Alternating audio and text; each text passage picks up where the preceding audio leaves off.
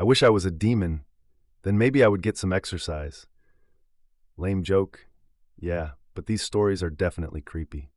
Demons seem to exist in nearly every culture, in some shape or form. Are they just symbols of the evils and fears of mankind? Or are there really beings out there that love nothing more than to torment us? These are allegedly real encounters with demons and demonic entities. I believe the house I grew up in is either a portal or a hub of spiritual activity. And growing up, there was hell. But I'd never experienced anything quite like this. I was a complicated pregnancy, and I nearly died many times in the first year of my life. This is relevant because my mother believes this is what started the activity in the home. Since one night, she woke up to a group of figures bending over my crib to watch me sleep. I grew up normal. Things happened, sure, but nothing serious or dangerous. I moved out of that house at 15 with my mom. We got an apartment in a different town. My sister, her kids, and my grandmother all still live in the home and still do to this day. A few years back, my sister was having a joint party for her kids as they were both born in September. At that point in my life, I hadn't been back in the house for longer than a few hours ever since we left it. My sister's boyfriend at the time was showing me the work he did. He had finished the addition on our house that had been just bones since I was born and had now been turned into a shop. He'd also added the foundation for a porch off the back, but it was just concrete and wooden beams so far, so they kept the door locked. That way no kids would accidentally fall out the door. Anyway, he wanted to show me, but we needed the key to unlock the door. Yet it wasn't where it was usually hung up. We looked around for 5 minutes, but it was nowhere in sight. We even checked the floor, and I crawled behind the stairs, because the addition was 2 floors. The second was not finished. Still, there was nothing. We were crouched next to each other. My sister's boyfriend then turns to tell me he's going to go ask if someone accidentally put it in their pocket or hid it from the kids. Just as he says that, the key drops out of nowhere onto the middle of the floor right between us. We both just looked at each other. He looks at me and says, "She knows you're home." This may sound creepy, but there's this woman in a white dress that used to stand over my crib. She would even wake my mom up in the middle of the night, just before I started to fuss about something. He told me they hadn't seen her since I left. For 2 days after this encounter, they could see her at night in the upstairs of the addition, rocking in a chair. I don't know why or what she was doing, but that's not even the bad bit. As the kids settled down into a pillow fort in the living room, falling asleep watching movies, the rest of us began to drink a little, watching the fire we'd built, and telling our little ghostly experiences. My sister talks about how every once in a while she'll walk past the fridge, and everything on top of it just goes flying off and crashing to the ground behind or in front of her. It always just barely misses her. At around 1 a.m., we finally go to bed. My sister tells me I can sleep in the kids' room since they were all passed out in the living room. The kids' room just so happens to be my old bedroom, and I had never had a bad experience in there before. But for some reason that night, something decided to make itself known. So I went to bed in my nephew's race car bed. There was a small nightlight in the corner, but other than that, the room was pitch black. I was on my phone for a bit. Then, when I finally decided to go to sleep, I began to get this creep up my spine, like someone was in the room with me. My eyes shot open, and of course, there was no one there. I went to grab my phone, but it was dead, and everyone else in the house was asleep. I tried to settle back in, but as I turned the other way to face the chimney, which ran from the first floor through the second, and was probably about 3 feet wide, all stones and no bricks, I saw a massive shadow. It was from floor to ceiling, and was very clearly a person. It had shoulders and a head, but it didn't move. I tried to find the source of it, see if it was a toy or stuffed animal or a trick of the light, but the shadow remained. At this point, I started to freak out because the creepy feeling was back. I just stared at it wide-eyed, and for a second I thought perhaps it was my grandfather who passed away before I was born, but I didn't get good vibes from this thing. Eventually I realized I wouldn't sleep, so I found my niece and nephew's TV, which was tiny and hooked up to an old Xbox, and the only DVD in the room was Planes. Yeah, that movie like Cars, but with planes. I watched it on repeat the entire night, and any time I dozed off, the movie would end, and I would be wide awake again, starting the movie over. I remember watching the time fly by on the little clock, and the sun slowly beginning to rise. That shadow stayed the entire night, and so did the terrible feeling. Eventually, I could hear my grandmother up, and I ran downstairs, telling her I wanted to go home. I didn't have a car at the time, or else I would have been long gone. I felt drained, sick, I had a headache. I chalked it up to being hungover and went to sleep the minute I got home. For the next week, I felt off and on the verge of nausea. I'd randomly get these severe migraines that also made me nauseous. I threw up when I ate, and I just thought I got sick or something, because I am prone to stomach bugs. I thought nothing of it, and eventually everything was fine. I felt fine. But I had this feeling of someone watching me everywhere I went. I didn't have that feeling in the house I lived in before, so this was odd. I met a guy online. After about a month of dating, he stayed over. In the middle of the night, I remember waking up. He was just lying in bed on his back, with his hand behind his head, staring at the bedroom door. I was like, "What is it?" Because I didn't know if my cat was out there or not. And he says, "I've been awake for a while. I feel like something is watching me." I immediately sat up and stared at my door. So it isn't just me, is what I remember thinking. Then suddenly I got dizzy and nauseous and felt like I was going to throw up. I curled up and tucked my head between my knees, trying to ground myself and stop the spinning. Then, without even thinking it, without even realizing what I'd said, I spoke. "He doesn't like you." My boyfriend turned towards me with wide eyes, obviously concerned and scared. I looked at him and was like, "I don't know why I said that. I don't know what's happening." He just got up and shut the door tightly. Then we held each other. The vertigo and nausea continued. Then I was chanting in my head over and over, "You're not welcome here. Leave," very angrily. Soon the vertigo stopped and the nausea slowly went away. But I had a bad headache. I said, "I think it's okay now." My boyfriend then told me he kept envisioning us in a bubble of light, safe and protected. I haven't had any problems since. I still feel like I'm being watched. I don't know if it's our demon friend or another ghost, as the house we live in now does seem to be haunted. The stuff on the fridge still falls around my sister, so there must be something else trying to catch her attention, unless my demon friend went back to them. And despite my demons, or ghosts, the guy I met online and I have been together for 3 years now, so things are a little less scary. This all began in the summer of 2012. It was in the first apartment that my husband Jason and I lived in after we moved clear across the country from Honolulu, Hawaii to Northern Virginia, roughly about an hour south of Washington, D.C. I was working in retail, a full-time student, made some friends, and had finally gotten past the culture shock of being on the East Coast. At the time, living in the unit below us was Amelia and Stacy. I knew Amelia from work, and we became fast friends shortly after Jason and I moved into the apartment. I never met Stacy and only saw her once or twice.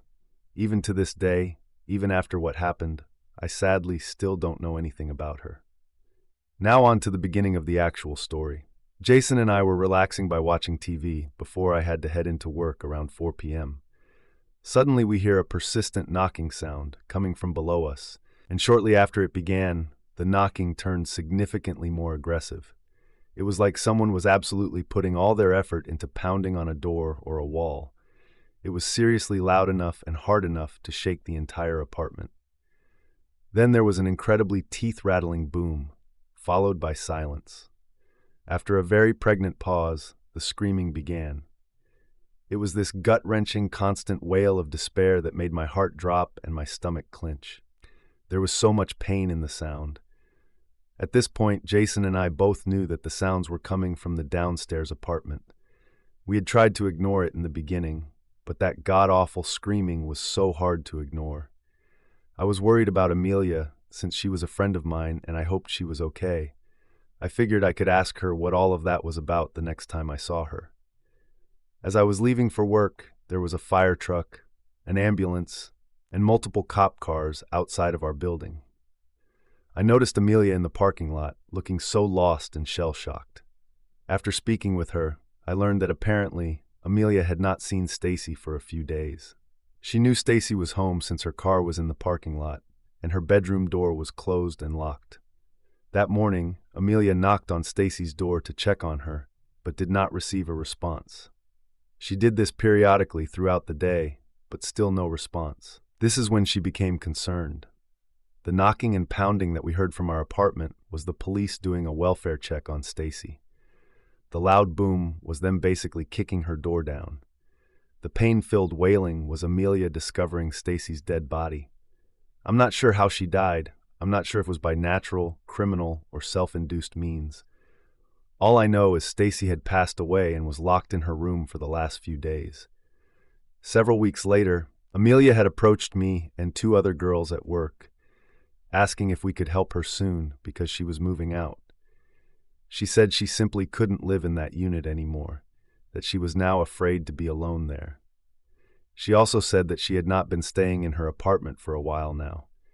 She said that the apartment was bad luck because someone had died there. She was so deeply disturbed to be there that she was willing to pay the penalties of breaking her lease, even though she had renewed her lease shortly before Stacy passed. We three agreed to help. The date was set for next weekend.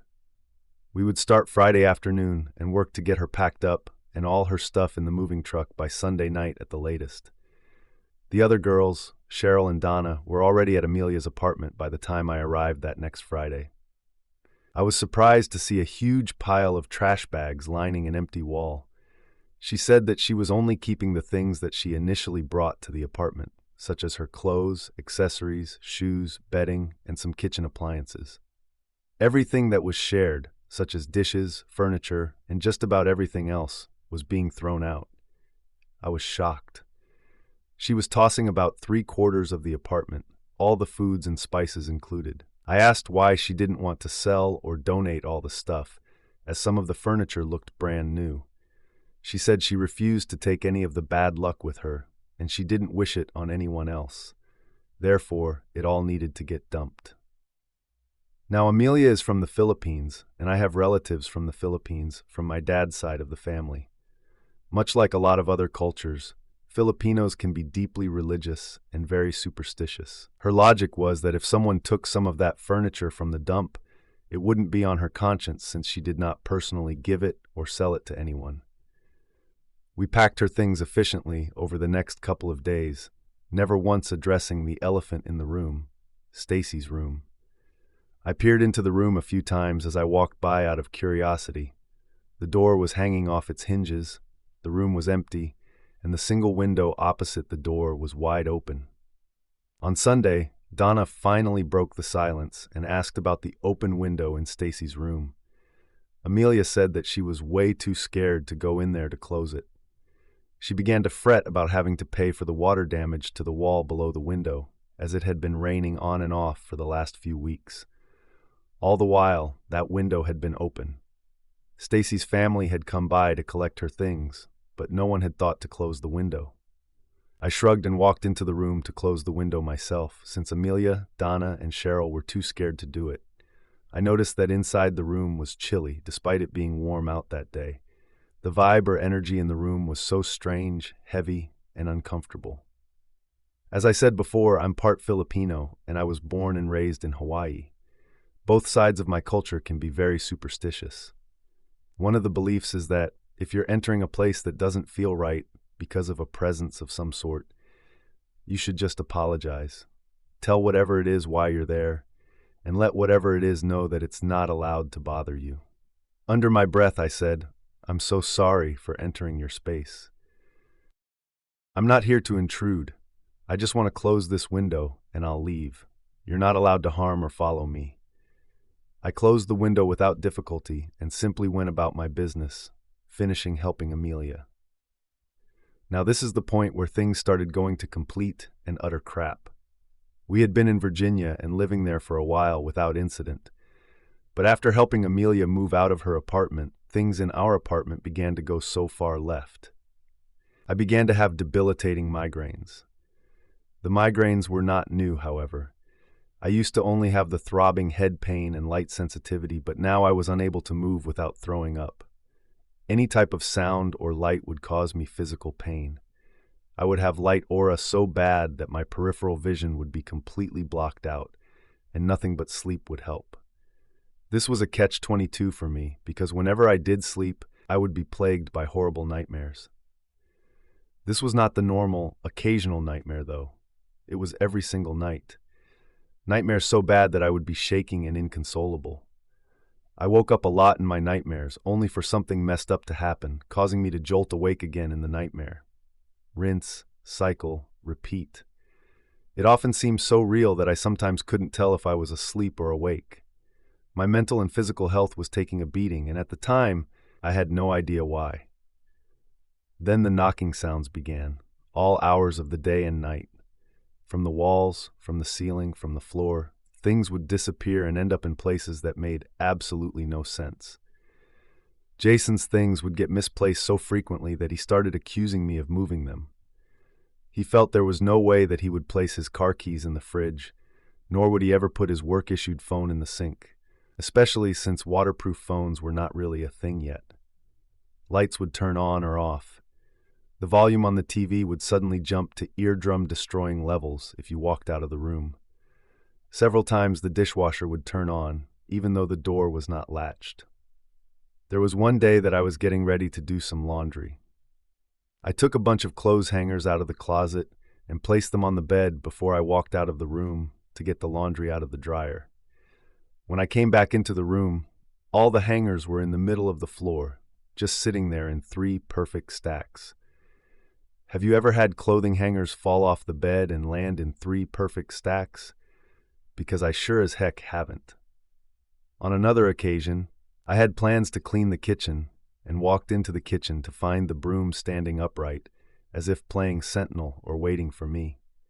Sometimes when I took a shower, the shower curtain would pull open a few inches before closing again.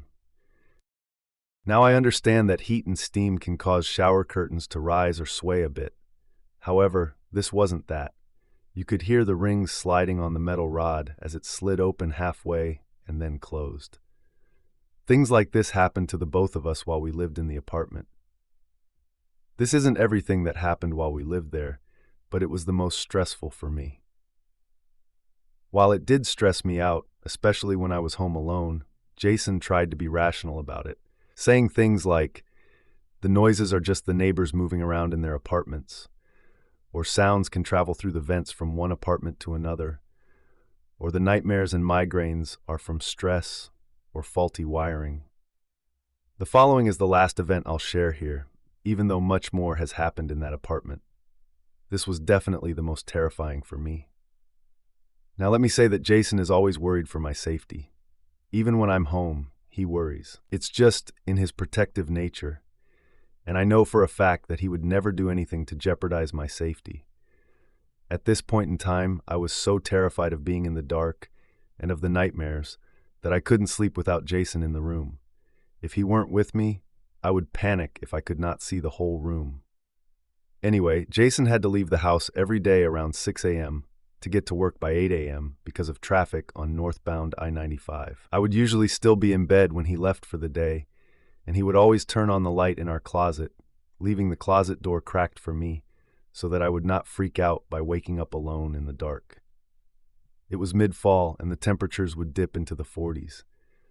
On this day, I woke up and almost had a panic attack because I woke up in the dark. I immediately jumped out of bed and rushed to turn on the closet light. After taking a few minutes to calm myself, I frowned when I realized that our bedroom window was wide open. I closed it and checked my phone for the time. It read 5:50 a.m. Jason could still be home. With phone in hand, I opened the bedroom door and stepped into the short hallway, only to realize that every single light in the apartment was turned on. The guest bedroom, the hallway, the bathroom, the kitchen, and living room lights, all turned on. And to my complete and utter horror, every single window, the balcony door, and the front door were all wide open. Jason would never do something like that to me. Our apartment was on the 2nd floor, and the stairs were located directly in front of our door. That means if someone had come up those stairs with bad intentions, they would have had free rein to amble right up the stairs and straight into our apartment. I ran across the apartment, not caring about the stomping noises that I was making to close the front door. As soon as I closed the door, all the lights simultaneously shut off. I noped it out of there, just me, my phone, and only wearing one of Jason's tall tees that I went to bed in. No shoes, no pants, no keys. I ran barefoot to the gym that was on the other side of the complex parking lot, where I sat and sighed and cried. I called Jason and hysterically told him what happened. He of course tried to console me, but I'd had it by that point. That was the absolute last straw for me. Needless to say, we did not live in that apartment much longer after the incident. Just long enough to give the complex our 60 days notice and to find a new place. I also never stayed home alone after that if the sun wasn't up. I began to leave the house whenever Jason left. It did not matter if I had to sit in the parking lot until the sun came up. At night, I would go to work and hang around until Jason came home, even on my days off. Once we were out of that apartment, nothing ever happened again. Life went back to normal, but I've not really been the same ever since. I had told a close friend of mine about all these events, and he said that when I had spoken out loud in Stacy's room, it's possible that I didn't hold any conviction in my own words. Like, I said them, but I didn't really mean them. I have no idea if it was Stacy that was haunting me. Was her spirit lingering and followed me home? Was there something else in her room that was drawn to all the pain and suffering there because of Stacy's passing, and it just happened to latch onto me? Was it demonic? Was I experiencing a psychotic break and didn't realize it? I have no idea. I really and truly don't. All I know is that my path to hell began with the good intentions of wanting to help a friend by closing a freaking window.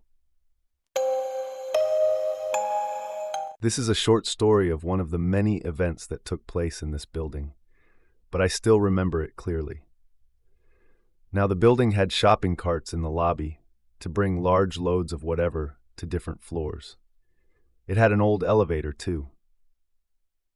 I was around 12 years old, and I remember being called down to the lobby by my mom to bring up a load of groceries she had ready to go in a shopping cart.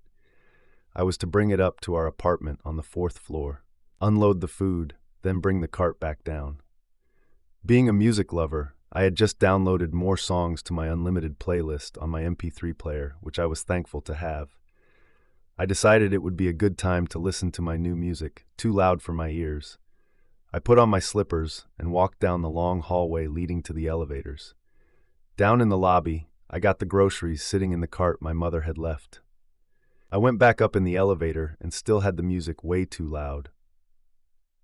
I started walking down the hall leading back to the apartment when suddenly I felt 2 hands grab my shoulders and shake me, like someone was deliberately trying to scare me or get my attention. I laughed thinking it was one of my cousins, so I whipped my head around to see nothing. No one was standing behind me. I took out my headphones and just stared blankly into an empty hallway. I almost ran back to the apartment, still pushing the shopping cart. I unloaded all the groceries and soon heard my mom coming back into the apartment. She reminded me that I now had to take the cart back to the ground floor, but I really didn't want to. Well, that brings us to the end of today's episode. I hope you enjoyed it. Remember to stay safe out there because this world is full of strange and terrifying things. If you like and enjoyed these stories, then hit the like button, press the notification bell, and subscribe for more spine-tingling content. And we will see you in the next story.